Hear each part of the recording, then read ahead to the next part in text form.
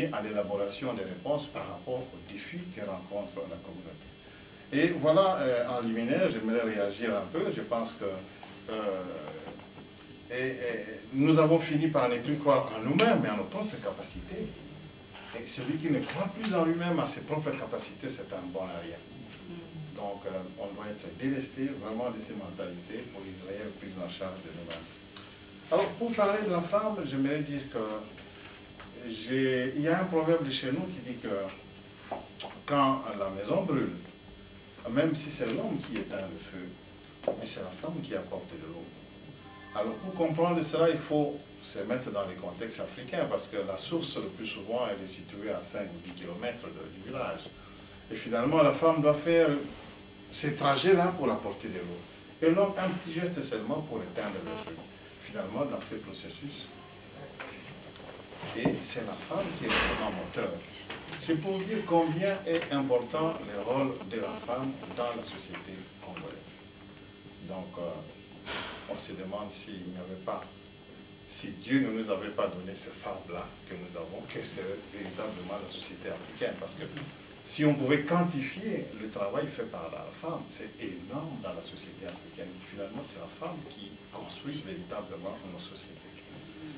Et la longue transition que notre pays a vécue a suscité l'éveil de la conscience politique de la femme. Et la femme a pris conscience de son rôle dans la communauté politique.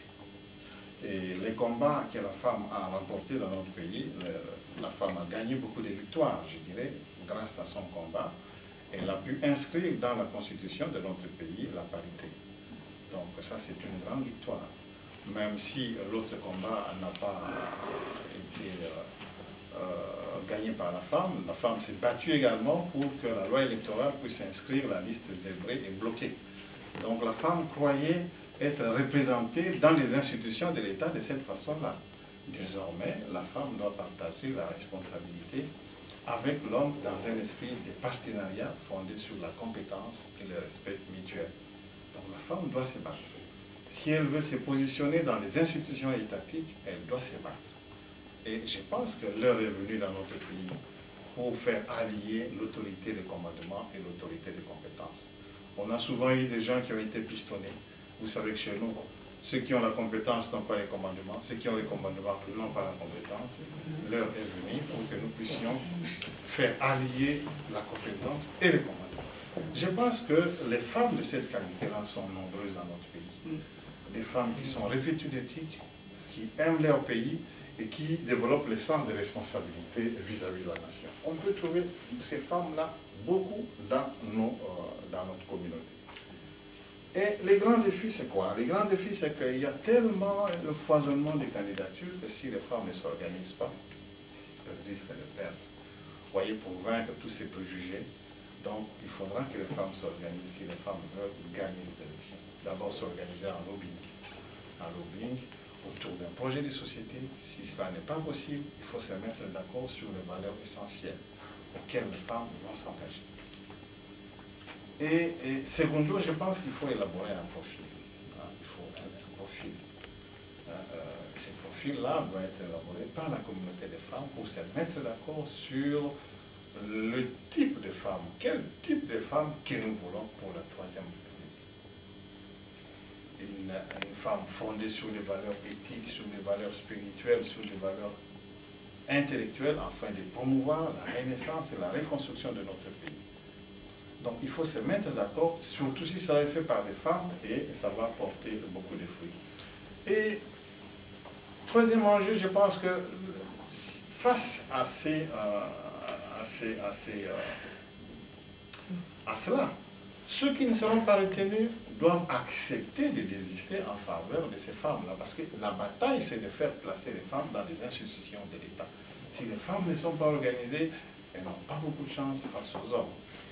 Et je dis que la plupart des femmes sont engagées dans la société civile. Cela est lié au contexte particulier de notre pays. Vous savez que depuis longtemps, l'État a démissionné devant ses responsabilités.